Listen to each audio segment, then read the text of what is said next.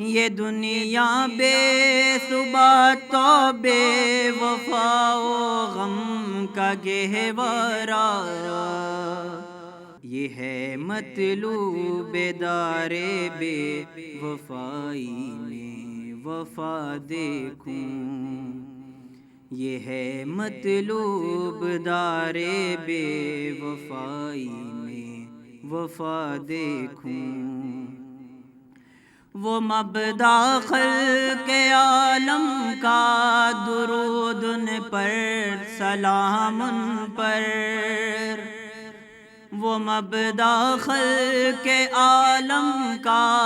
درود ان پر سلام ان پر، میرے مولا یہ موقع دے کہ ختم الانبیاء دیکھوں، میرے مولا یہ موقع دے کہ ختم الانبیاء دیکھوں۔ کبھی ہو حسن کی محفل، کبھی ہو شوق کا منظر، کبھی ہو حسن کی محفل، کبھی ہو شوق کا منظر، کبھی آنسوں کی زنجیروں میں عاشق کی صدا دیکھوں، کبھی آنسوں کی زنجیروں میں عاشق کی صدا دیکھوں۔ رسول قاسم الخیرات فی الدنیا وفی العقبی، رسول قاسم الخیرات فی الدنیا وفی العقبی، شفیق از نفس مادر ماں نبی مجتبی دیکھوں، شفیق از نفس مادر ماں نبی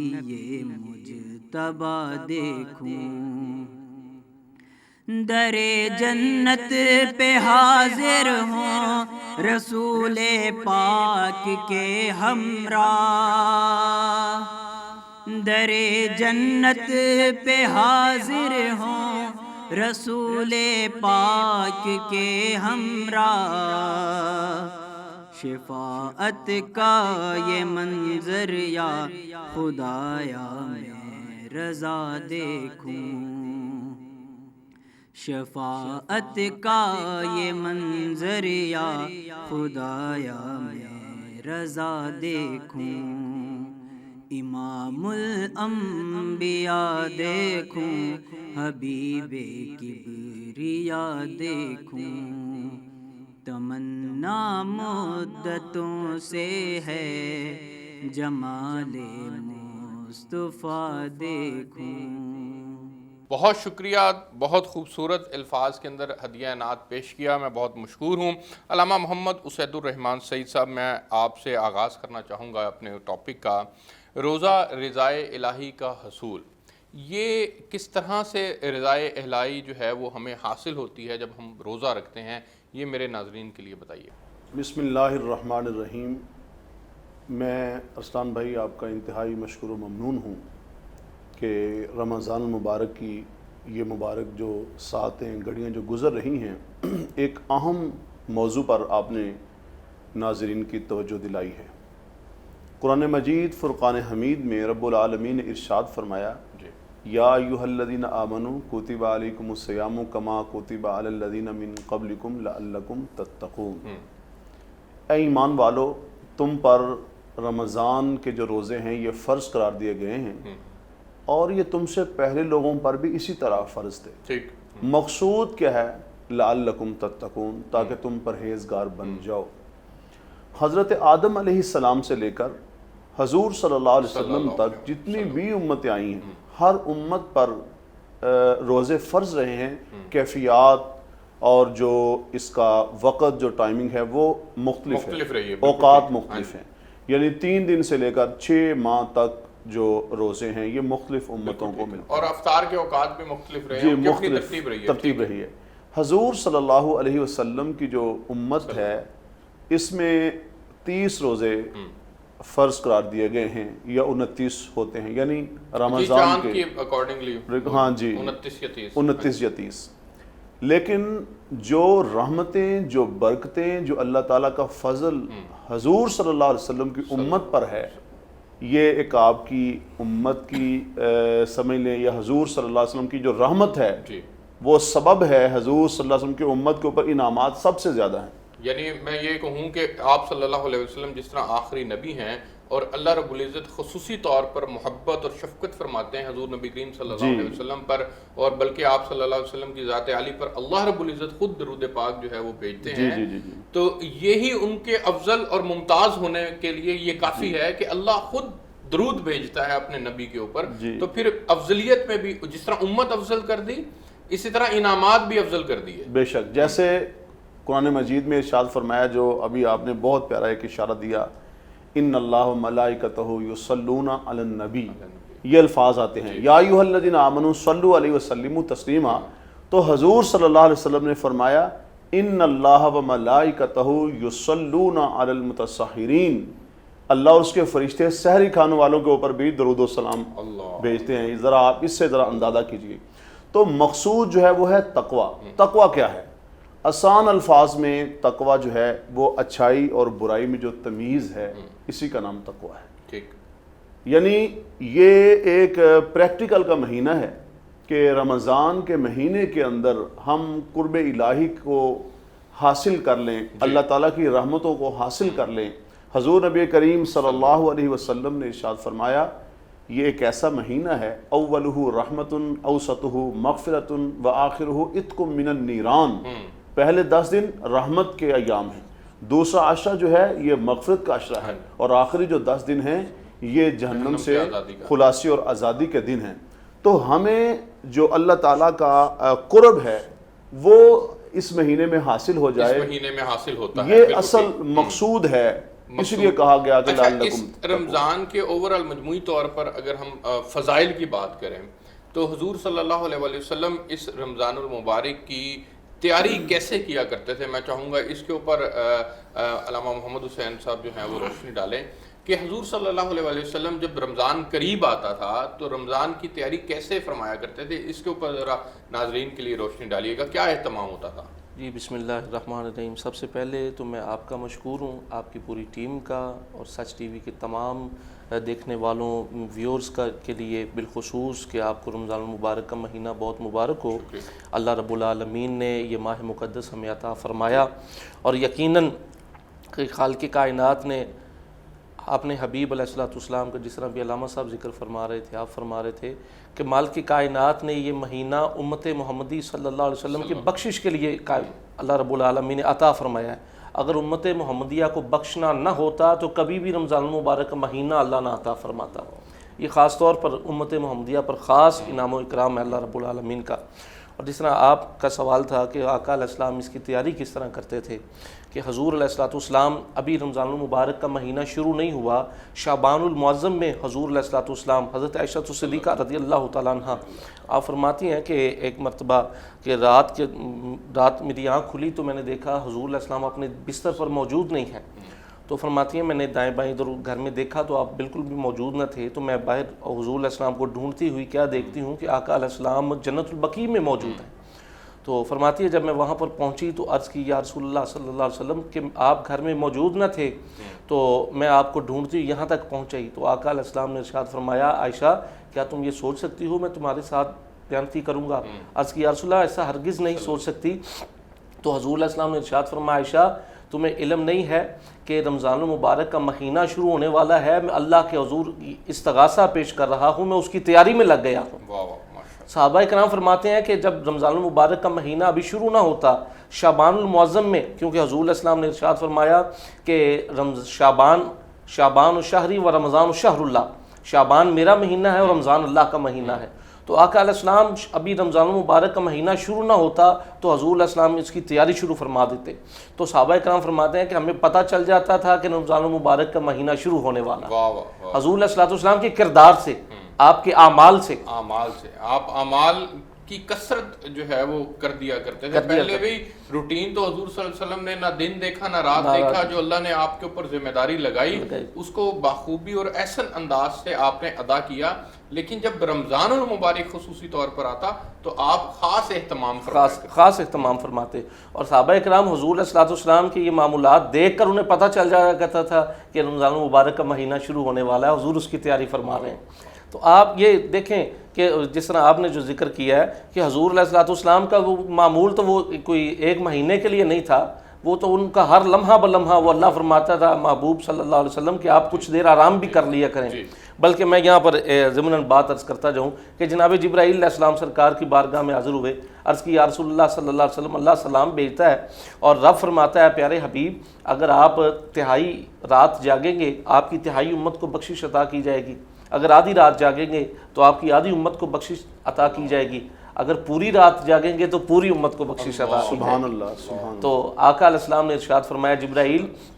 اللہ کی بارگاہ میں جا کر عرض کرو باری تعالیٰ کہ مجھے تو نے تہائی امت کے لیے رحمت بنا کر نہیں بھیجا, آدھی امت کے لیے رحمت بنا کر نہیں بھیجا, بلکہ جس طرح تو رب العالمین ہے اور مجھے تو نے رحمت للعالمین بنا کر بھیجا ہے, پوری کائنات کے لیے رحمت بنا کر بھیجا ہے. تو اے جبرائیل میں بستر لپیٹ کے رکھ دیتا ہوں کیونکہ میں پوری کائنات کے لیے رحمت بن کر آیا ہوں. فرمایا میں جبرائیل بستر لپیٹ کے رکھ دیتا ہوں, جب تک اللہ بخشش کا اعلان نہیں کرے گا اس وقت تک میں محمد آرام نہیں کروں گا. اللہ, تو یہ سرکار دو عالم صلی اللہ علیہ وسلم کا ہر لمحہ اپنی امت کے لیے. بالکل ایسے کوئی شک نہیں ہے اس میں. مجھے آگے بڑھنا ہے اور آگے بڑھتے ہوئے ایک بریک بھی پروگرام کا حصہ ہوتی ہے, بریک پہ جانا ہے. میں بریک سے واپس آتا ہوں تو پھر علامہ صاحب آپ سے جو ہے وہ ہم گفتگو کو آگے بڑھائیں گے, اور میں چاہوں گا کہ رمضان المبارک کے اعتبار سے جتنے انعامات کا وعدہ اللہ نے اپنے بندوں کے ساتھ کیا ہے ہم اس کے اوپر کچھ تھوڑی سی روشنی ڈالیں. پروگرام کے اندر ایک بریک لیتے ہیں جی. رمضان المبارک کی رحمتیں, سعادتیں اور برکتیں اللہ رب العزت ہم سب کو سمیٹنے کی توفیق عطا فرمائے. یہ لمحات گزر رہے ہیں اور یہ لمحات بڑے قیمتی لمحات ہیں. میں اللہ رب العزت سے دعا گو ہوں کہ اللہ ہمیں ان لمحات کو اچھے معنی کے اندر جو ہے وہ سمیٹتے ہوئے ان کی مکمل طور پر جو فیوز و برکات ہیں, جو وعدے اللہ رب العزت نے ہم سے کیے ہیں, وہ تمام کے تمام ہمیں جو ہے وہ اللہ دینے کے لیے تیار ہیں, ہم لینے والے بن جائیں. ایک بریک لیتے ہیں جی, بریک سے واپس آئیں گے تو پھر یہیں سے کنٹینیو کریں گے. میرے ساتھ رہیے. مرحبا رمضان مرحبا رمضان مرحبا مرحبا رمضان مرحبا رمضان مرحبا. جی ویلکم بیک ناظرین. مولانا اسد الرحمان صاحب, سر میں رمضان المبارک کے مہینے میں جو اللہ رب العزت نے ہمارے ساتھ انعامات کا وعدہ کیا ہے سر, وہ ذرا ظاہرہ انعامات کا انسان سنتا ہے تو پھر عمل کا شوق پیدا ہوتا ہے نا اس کے اندر, فضائل جب اس کو پتہ چلتے ہیں, وہ انعامات کیا ہیں وہ ناظرین کے لیے ذرا رہنمائی فرمائیے گا. دیکھیں جی, اس میں دو چیزیں بڑی اہم ہیں. ایک تو حضور نبی کریم صلی اللہ علیہ وسلم کا جو فرمان ہے کہ رب العالمین فرماتے ہیں کہ جو روزہ والی عبادت ہے وہ چونکہ روزہ میرے لیے ہے اور اس کی جزا بھی میری طرف سے ہی ہے, اور ایک دوسری روایت میں ہے کہ روزہ میرے لیے ہے اور اس کی جزا میں خود ہی ہوں. تو یہ ایک اللہ تعالیٰ کا جو قرب ہے, جو اللہ تعالیٰ کا فضل ہے روزہ دار کو, ایک تو یہ انعام ہے. دوسرا حدیث مبارکہ میں آتا ہے کہ 5 انعام جو ہیں وہ روزہ دار کو اللہ کی طرف سے عطا کیے جاتے ہیں. اچھا, پہلے نمبر پر فرمایا کہ جو روزہ دار کے منہ کی بو ہے یہ رب العالمین کے نزدیک مشک و عنبر سے زیادہ قیمتی ہے. دوسرے نمبر پہ آپ نے ارشاد فرمایا کہ دریاؤں کی جو مچھلیاں ہیں یہ روزہ دار کے لیے دعا کرتی ہیں, حتیٰ کہ افطار تک دعا کرتی ہی چلی جاتی ہیں, دعا ہوتی ہی رہتی ہے ان کے لیے. تیسرے نمبر پر حضور صلی اللہ علیہ وسلم نے جو روزہ دار کے لیے انعام کا ذکر فرمایا, آپ نے فرمایا کہ جنت کو ہر روز مزین کیا جاتا ہے, سجایا جاتا ہے روزہ داروں کے لیے. اور چوتھے نمبر پہ آپ نے ارشاد فرمایا کہ سرکش جو شیاطین ہیں ان کو قید کر لیا جاتا ہے. اور جو رمضان ہے، رمضان رمض سے نکلا ہے، اس کا مطلب جلانا. ایک تو انسان کے گناہ جلتے ہیں اور دوسری طرف جو سرکش شیاطین ہیں وہ جلتے ہیں. اس کو اس لیے رمضان کہا جاتا ہے. اور پانچواں جو انعام ہے، فرمایا جب اس کی آخری شب ہوتی ہے جس کو لیلۃ الجائزہ کہا جاتا ہے، اس رات جو ہے وہ جن جن لوگوں نے رمضان کی عبادت کی ہوتی ہے، روزے رکھے ہوتے ہیں، قیام اللیل کیا ہوتا ہے، ان کے لیے جہنم سے آزادی اور خلاصی کا پروانہ تھا. یہ 5 بڑے انعام ہیں روزہ داروں کے لیے جو اللہ رب العزت کی طرف سے عطا کیے جاتے ہیں. اور حضور صلی اللہ علیہ وسلم نے ارشاد فرمایا یہ تو ہے روزہ داروں کے لیے. اور اس کے ساتھ میں ایک چیز اور ایڈ کرتا ہوں کہ جو سحری ہے، حضور صلی اللہ علیہ وسلم نے فرمایا کہ سحری کیا کرو. اسلام اور جو یہود تھے ان میں جو فرق ہے وہ سحری ہے. سحری کو برکت والی چیز بنا دیا گیا ہے اور سحری والوں کے اوپر اللہ اور اس کے فرشتے جو ہے وہ درود و سلام بھیجتے ہیں، یعنی اللہ کی ذات رحمت بھیجتی ہے اور فرشتے دعاگو ہوتے ہیں. اور اسی طرح جو افطاری ہے، حضور صلی اللہ علیہ وسلم نے فرمایا افطاری والے کے تو انعامات اپنی جگہ پر، جو کسی کو پانی کے گھونٹ سے یا دودھ کی لسی کے ساتھ روزہ دار کو کھجور کے ساتھ روزہ دار کو افطار کروائے گا تو حضور صلی اللہ علیہ وسلم نے ارشاد فرمایا اس کو بھی وہی اجر و ثواب دیا جائے گا اور روزہ دار کے اجر و ثواب میں کمی نہیں کی جائے گی. اور جو اس کو پیٹ بھر کر سیر کر کے کھانا کھلائے گا تو حضور صلی اللہ علیہ وسلم نے ارشاد فرمایا محشر کے میدان میں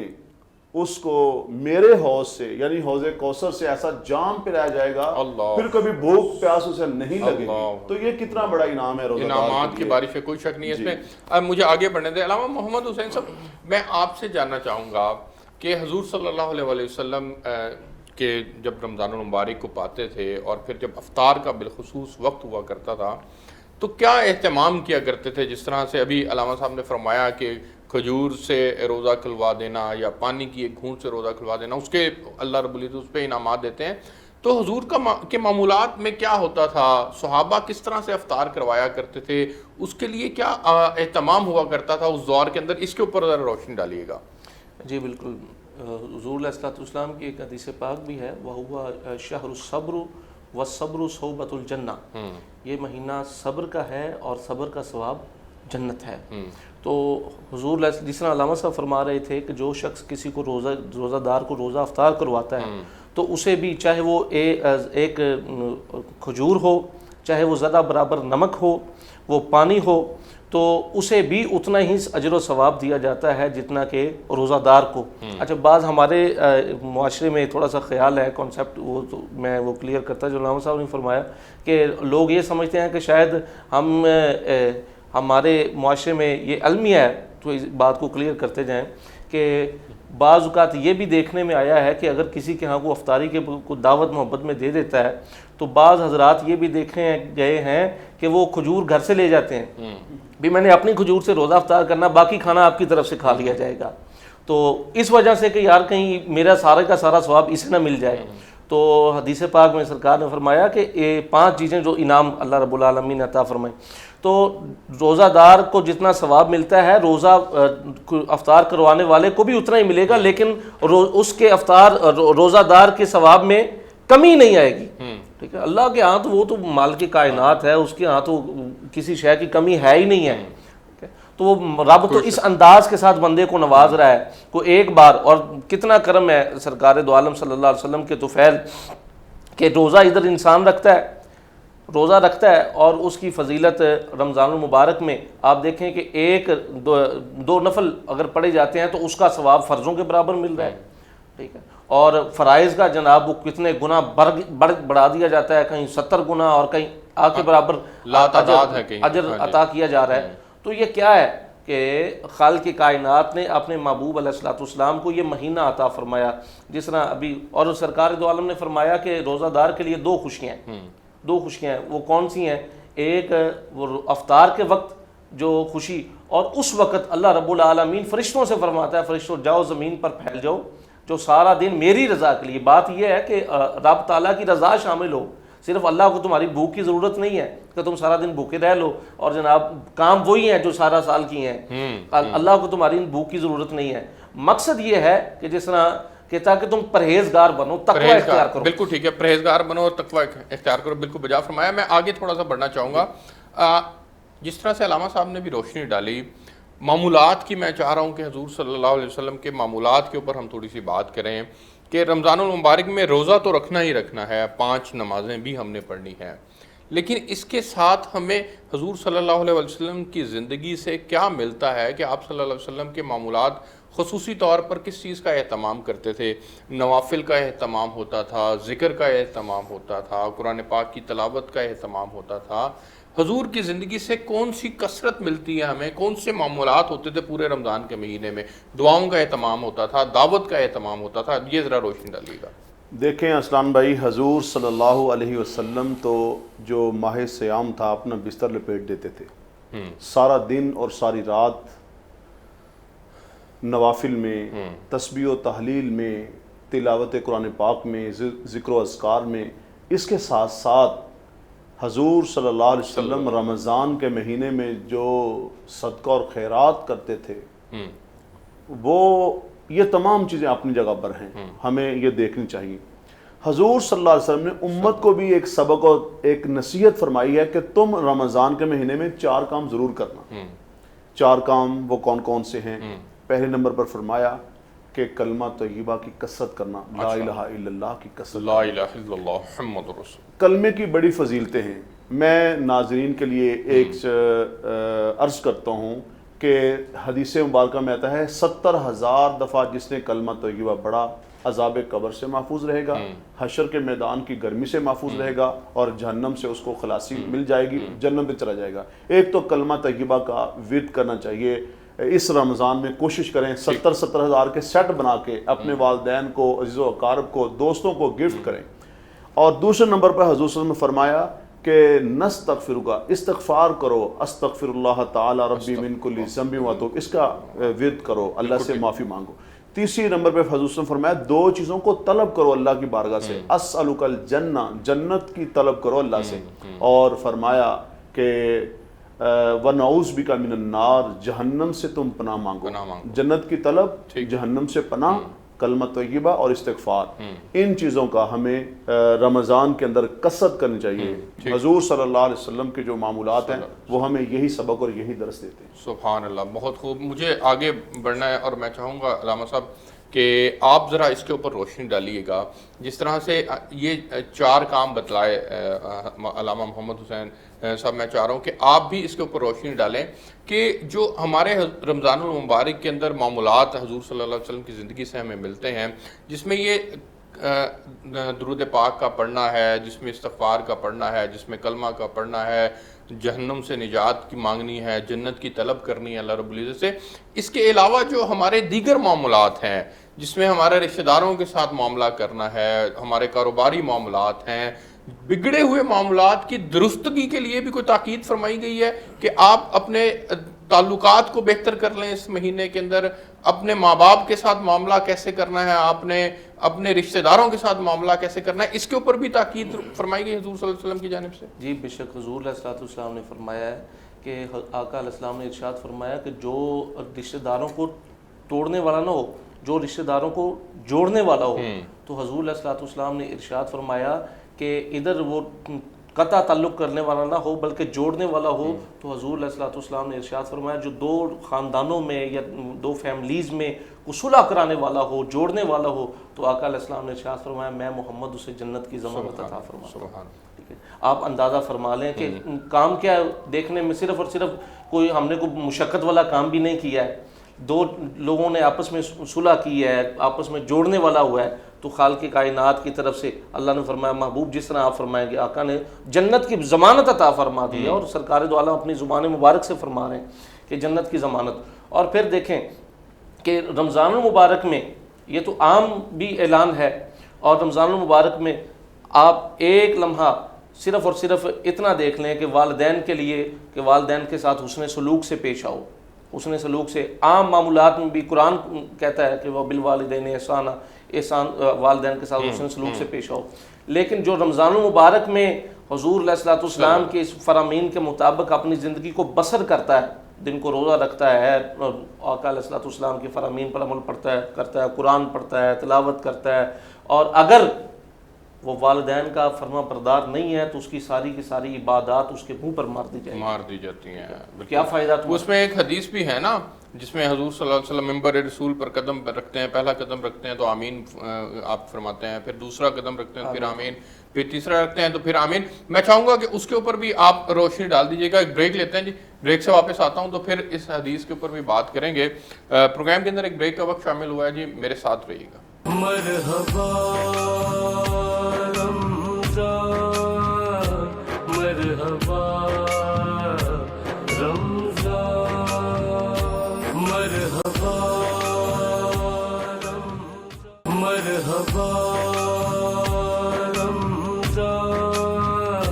مرحبا رمضان، مرحبا۔ جی ویلکم بیک ناظرین۔ اچھا حضور اس حدیث کے اوپر بھی روشنی ڈالیے گا جس میں حضور صلی اللہ علیہ وسلم منبر رسول پر قدم رکھتے ہیں اور آمین فرماتے ہیں، اور پھر صحابہ پوچھتے ہیں کہ یا رسول اللہ ہم نے کچھ غیر معمولی عمل دیکھا کہ آپ نے منبر رسول پر قدم رکھا اور آمین فرمایا، تو پھر آپ صلی اللہ علیہ وسلم نے فرمایا کہ میرے پاس جبرائیل امین تشریف لائے تھے۔ میرے ناظرین کے لیے وہ حدیث ذرا سنائیں۔ ارسلان بھائی، اس حدیث مبارکہ کو حدیث منبر کہا جاتا ہے جی، جو مشہور ہے کہ حضور صلی اللہ علیہ وسلم منبر پر قدم رکھتے ہیں، آمین کہتے ہیں، دوسری بار آمین کہا، تیسری بار آمین کہا، اور صحابہ اکرام سے پھر حضور صلی اللہ علیہ وسلم نے پوچھا کہ صحابہ پہلے ہی حیران تھے کہ یہ پہلے تو کبھی آپ نے آمین نہیں کہا، تو صحابہ اکرام کو ویسے ہی یہ بڑا اشتیاق ہوتا تھا عبادت اور معاملات اور یہ ان چیزوں کے فضائل جو ہیں پوچھیں، تو حضور صلی اللہ علیہ وسلم سے صحابہ نے عرض کیا یا رسول اللہ صلی اللہ علیہ وسلم آپ بیان فرما دیں، تو حضور نبی کریم صلی اللہ علیہ وسلم نے ارشاد فرمایا جب پہلے جانب پر قدم رکھا، سیڑھی پہ قدم رکھا، تو جبریل نے آ کے کہا یا رسول اللہ صلی اللہ علیہ وسلم، دعا کی جبریل امین نے کہ یا رسول اللہ صلی اللہ علیہ وسلم جس کی زندگی میں رمضان کا مہینہ آ جائے اور اس رمضان کے مہینے میں اللہ کی رحمت، اللہ کی مغفرت اور جہنم سے اگر وہ خلاصی حاصل نہیں کر لیتا تو وہ شخص تباہ و برباد ہو جائے، تو حضور صلی اللہ علیہ وسلم نے آمین کہا۔ دوسری دعا تھی وہ یہ کہ یا رسول اللہ صلی اللہ علیہ وسلم جس کی زندگی میں والدین بڑھاپے کی دہلیز پہ پہنچ جائیں اور ان کا جو بیٹا ہے ان کی خدمت کر کے بھی اللہ تعالیٰ کو راضی نہ کر لے، جنت نہ حاصل کر لے، جنت حاصل نہ کر لے، وہی تباہ و برباد ہو جائے، تو اس پر بھی حضور صلی اللہ علیہ وسلم نے آمین کہا۔ تیسرے موقع پر جو تیسری مرتبہ جبریل امین عرض کرتے ہیں یا رسول اللہ صلی اللہ علیہ وسلم جس کے سامنے آپ کا نام آئے، آپ کا نام نامی آئے، تو وہ آپ صلی اللہ علیہ وسلم پر درود و سلام نہ پیش کرے نام سن کر وہ شخص بھی تباہ و برباد ہو جائے، تو اس پر بھی حضور صلی اللہ علیہ وسلم نے آمین کہا۔ اب یہ تین عمل ہیں، رمضان کا مہینہ، اس کی رحمتیں برکتیں، والدین کے ساتھ حسن سلوک، اور تیسری چیز حضور صلی اللہ علیہ وسلم کے اوپر درود و سلام۔ تو میں سمجھتا ہوں کہ یہ جو رمضان کا مہینہ ہے تینوں کاموں کی طرف ہم نے توجہ دینی ہے، رحمتوں کو بھی سمیٹنا ہے، برکات کو بھی حاصل کرنا ہے، جہنم سے خلاصی بھی مانگنی ہے، اور اس کے ساتھ ساتھ والدین کے ساتھ جو حسن سلوک ہے وہ بھی کرنا ہے، اور حضور صلی اللہ علیہ وسلم کے اوپر درود و سلام کی بھی ہم نے کثرت کرنی ہے۔ بالکل ٹھیک ہے۔ اچھا اس میں ایک اور میں چاہوں گا کہ ہم پہلو کے اوپر ذرا غور کریں تھوڑا سا۔ ایک تو ہو گیا کہ رمضان المبارک کا مہینہ آیا اور اس میں ہم نے رمضان کے روزے رکھے اور اللہ رب العزت نے ہمیں انعامات سے نواز دیا، یہ ہے ایک عمل کرنے کا نتیجہ، اور اس میں انعامات کا وعدہ، اور اللہ اپنے انعامات کے وعدہ جو ہے وہ پورا بھی کریں گے اور بے حساب بھی دیں گے انشاءاللہ۔ اس سے ایک اور اس کا پہلو ہے کہ اللہ رب العزت اس روزہ کی جو پریکٹس ہے اس کو کروانے سے اللہ کا مقصود کیا ہے، یہ میں چاہوں گا کہ میرے ناظرین کے لیے آپ روشنی ڈالیں۔ یعنی روزہ کا جو اصل مفہوم ہے وہ یہ ہے کہ تقوی، اللہ کا قرب، اللہ کی رضا،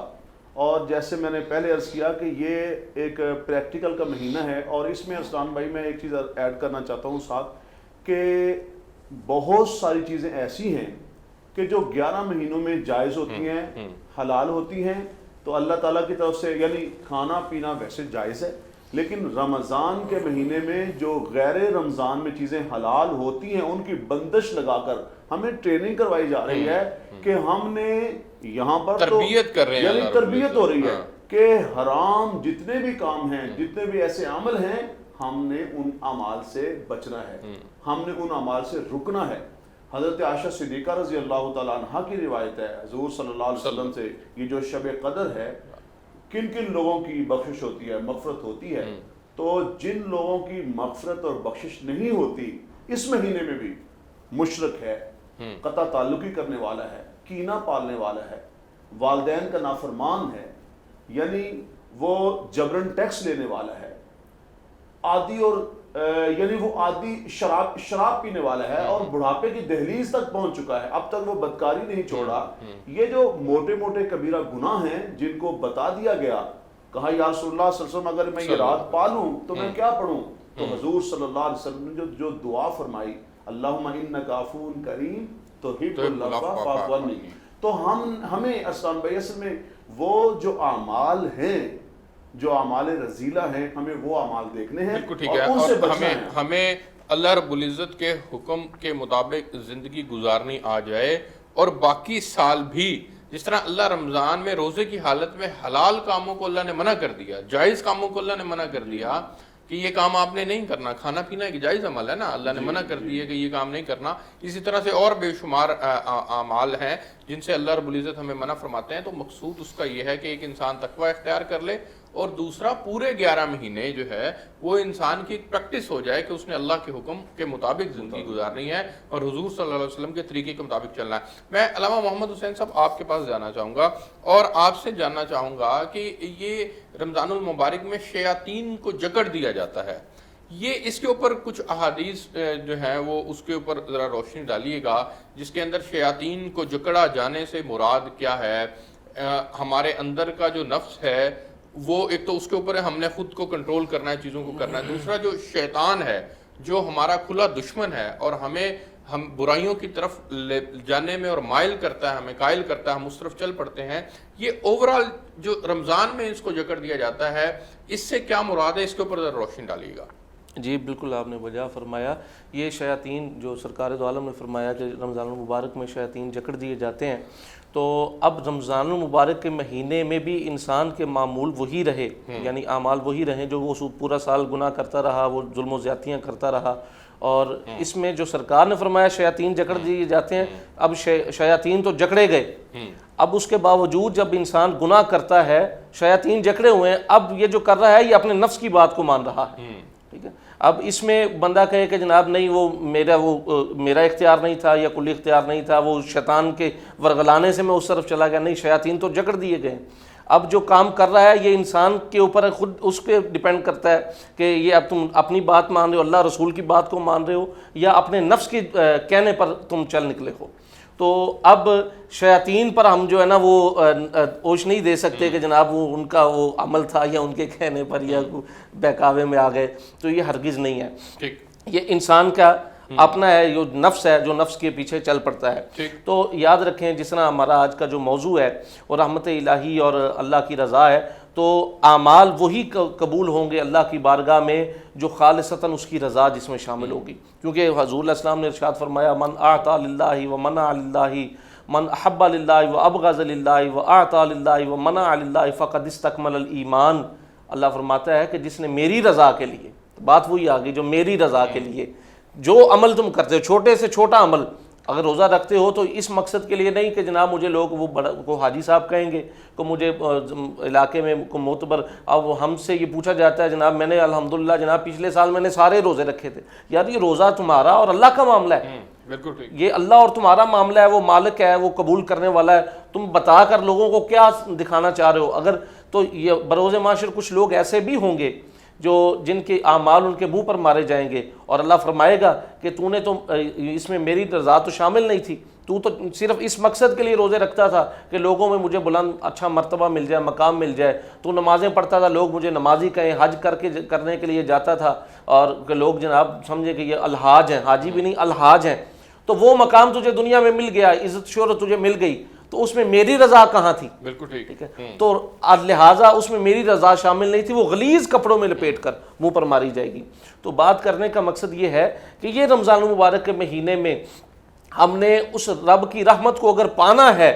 اس رب کی رحمت کو پانا ہے، کیونکہ اللہ فرماتا ہے یا ایتھا النفس، بہترین مہینہ ہے، یا ایتھا النفس المطمئنہ، اے نفس مطمئنہ۔ نفس مطمئنہ سے مراد ہر وہ روح جو یاد الہی میں مشغول رہی ہو۔ اللہ فرماتا ہے ارجعی، آ لوٹا، کہاں لوٹا؟ الی ربکا، اپنے رب کی طرف لوٹا۔ واہ واہ، یہ تو جو مہینہ دیا ہے، یہ بخشش کا مہینہ اسی لیے دیا ہے کہ جو چلو تو جتنا مرضی گناہ گار ہے، جتنا مرضی خطا گار ہے، آ میری بارگاہ میں آ کر جھک کر تو دیکھ، مانگ کر تو دیکھ، سچے دل سے آ کر بخشش تو مانگ، میں تجھے عطا نہ فرماؤں تو پھر کیا۔ واہ واہ، جی حضرت آپ فرما رہے تھے۔ ابھی آپ نے بڑی خوبصورت بات فرمائی ہے، میں اس میں تھوڑی سی چیز ایک ایڈ کرنا چاہتا ہوں کہ رمضان المبارک کے مہینے میں جو شیاطین ہیں وہ قید کر دیے جاتے ہیں، سرکش جو شیاطین جکڑ دے جاتے ہیں، تو اس میں ہمیں یہ پیغام اور میسیج ہے۔ میں اس کی مثال دیتا ہوں کہ اگر ایک شخص گاڑی کی ڈرائیونگ کر رہا ہے تو وہ ریس دے رہا ہے، تو ریس کے دوران بریک لگانا مشکل ہوتا ہے۔ اگر ریس ختم کر دی جائے تو بریک بڑی آسانی کے ساتھ لگ سکتی ہے۔ 11 مہینوں میں چونکہ جو شیاطین ہوتے ہیں وہ کھلے ہوتے ہیں، وہ اعمال رذیلہ کی طرف عوام کو کھینچتے ہیں، نفس کی خواہشات کی طرف لے کے آتے ہیں۔ تو اس مہینے کے اندر جو شیاطین بند ہیں، گویا ریس ختم ہو چکی ہے، اب بریک لگانا بہت ہی آسان ہے۔ تو اس ماہ مبارک میں گناہوں سے بچ جانا، گناہوں سے رک جانا، یہ ہمارے لیے بڑا آسان ہو جاتا ہے۔ تو گویا ایک مہینے میں ہمیں ٹریننگ دی جا رہی ہے، دیکھو شیطان بند ہو چکا ہے، اب آ جاؤ اللہ کے حکموں کی طرف۔ اللہ کی خاص رحمت آپ کی طرف متوجہ ہو چکی ہے، اور آپ اس کے اوپر عمل کریں گے تو آپ کے نوافل کا اجر فرائض کے برابر ہے، اور فرائض کو 70 گنا تک بڑھا دیا گیا ہے۔ حضور صلی اللہ علیہ وسلم کا جو فرمان ہے وہ یہی مفہوم معنی یہی ہے حسان بھائی کہ شیاطین جکڑے جا چکے ہیں، اب آ جاؤ، اللہ کی رحمت کے دروازے کھلے ہیں، اللہ کے غضب کے دروازے بند ہو چکے ہیں تمہارے اوپر۔ ہر رات جو ہے رمضان کی، ہر رات میں آسمان دنیا سے ندا آتی ہے کوئی معافی مانگنے والا معاف کروں، ہے کوئی رزق چاہنے والا رزق عطا کروں، ہے کوئی مجھ سے عافیت چاہنے والا، بیمار ہے تو آئے میری بارگاہ میں دعا تو کرے، میں اسے شفا میں بدل دوں گا۔ اور آج یہ رمضان کا مہینہ ہے، میں ناظرین سے بھی کہوں گا کہ پوری دنیا میں جو کرونا وائرس پھیل چکا ہے، پوری انسانیت جو اس کی زد میں، اس کی لپیٹ میں آ چکی ہے، آپ یہ رحمت کی ساتیں، برکت کی گھڑیاں ہیں، اللہ سے دعا مانگے، یا اللہ اس سے پوری انسانیت کو خلاصی عطا فرما دے، کیونکہ شفا دینے والی ذات جو ہے اللہ تعالیٰ کی ہے۔ ہم نے کرونا سے لڑنا نہیں ہے، بلکہ ہم نے رجوع اللہ سے رجوع اور جو ایس او پیز ہیں، ہم نے طبی ماہرین جو بتا رہے ہیں اس کے مطابق عمل کرتے ہوئے جو ہے وہ چلنا ہے۔ میں یہاں پر ایک چھوٹی سی بات عرض کرتا ہوں، جس طرح علامہ صاحب نے ایگزامپل دی ہے نا جی، تو اسی طرح ایک جگہ سے گزر ہو رہا تھا، وہاں پر ایک پمفلٹ لکھا ہوا نظر آیا کہ بچے کی گمشدگی کا اعلان انہوں نے کیا تھا کہ بھی ہمارا فلاں بچہ جو ہے گم ہو گیا ہے، تو اگر کسی کو ملے، یہ شکل و شباہت ہے اس کی، اگر کسی کو ملے تو اس نمبر پر رابطہ کرتے، بڑی مہربانی، یہ نیچے جو بھی، اور اس کے نیچے ایک خاص بات جو میں نے دیکھی وہ میں اپنے ویورز کے لیے بھی پیغام دینا چاہوں گا، لکھا تھا نوٹ، اگر وہ بچہ خود یہ پڑھ رہا ہے، پمفلٹ پڑھ رہا ہے، تو وہ گھر واپس آ جائے اسے کچھ نہیں کہا جائے گا۔ اگر بچہ یہ خود پمفلٹ پڑھ رہا ہے تو واپس آ جائے اسے کچھ نہیں کہا جائے گا۔ تو یہ رمضان المبارک کا مہینہ بھی اللہ رب العالمین کی رحمت الہی، خالق کائنات کی رضا، خالق کائنات بندے سے فرماتا ہے بندے نوٹ، تو نے پورے سال میں جو بھی جتنے بھی گناہ کر لیے ہیں آ جاؤ، تجھے کچھ بھی نہیں کہا جائے گا، سبحان اللہ، تجھے بخشش عطا کی جائے گی۔ اللہ رب العزت سے دعا ہے، آپ مہمانوں کا بہت شکریہ کہ اللہ رب العزت ہمیں اس مبارک مہینے کی تمام سعادتیں اور تمام رحمتیں اور تمام برکتیں جو ہیں وہ ہمیں اللہ رب العزت عطا فرمائے، اور ہمیں صحیح معنوں کے اندر توبہ طائب ہو کر اللہ کے دربار کے اندر جو ہے وہ اب دعا کرنی ہے اللہ سے، خصوصی طور پر اہتمام کے ساتھ کہ اللہ ہمیں اپنے حکم اور نبی پاک صلی اللہ علیہ وسلم کی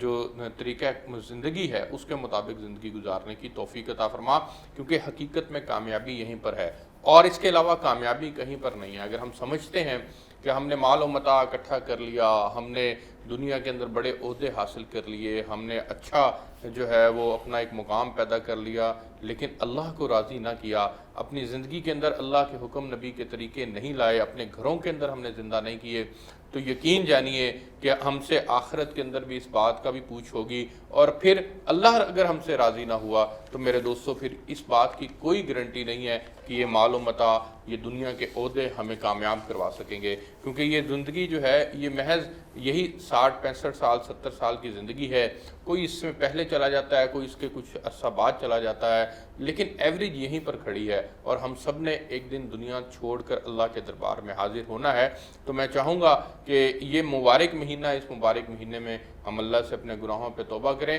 اللہ کی رحمت ہماری طرف متوجہ ہے، ہر گھڑی قیمتی ہے، اللہ ہمیں ہر گھڑی کو قیمتی بنانے کی مزید توفیق عطا فرمائے۔ اب تک کے لیے آج اس پروگرام سے اتنا ہی، آپ سے کل ایک نئے موضوع کے ساتھ ملاقات ہوگی، مجھے اجازت دیجیے، اللہ حافظ۔ مرحبا رمضان مرحبا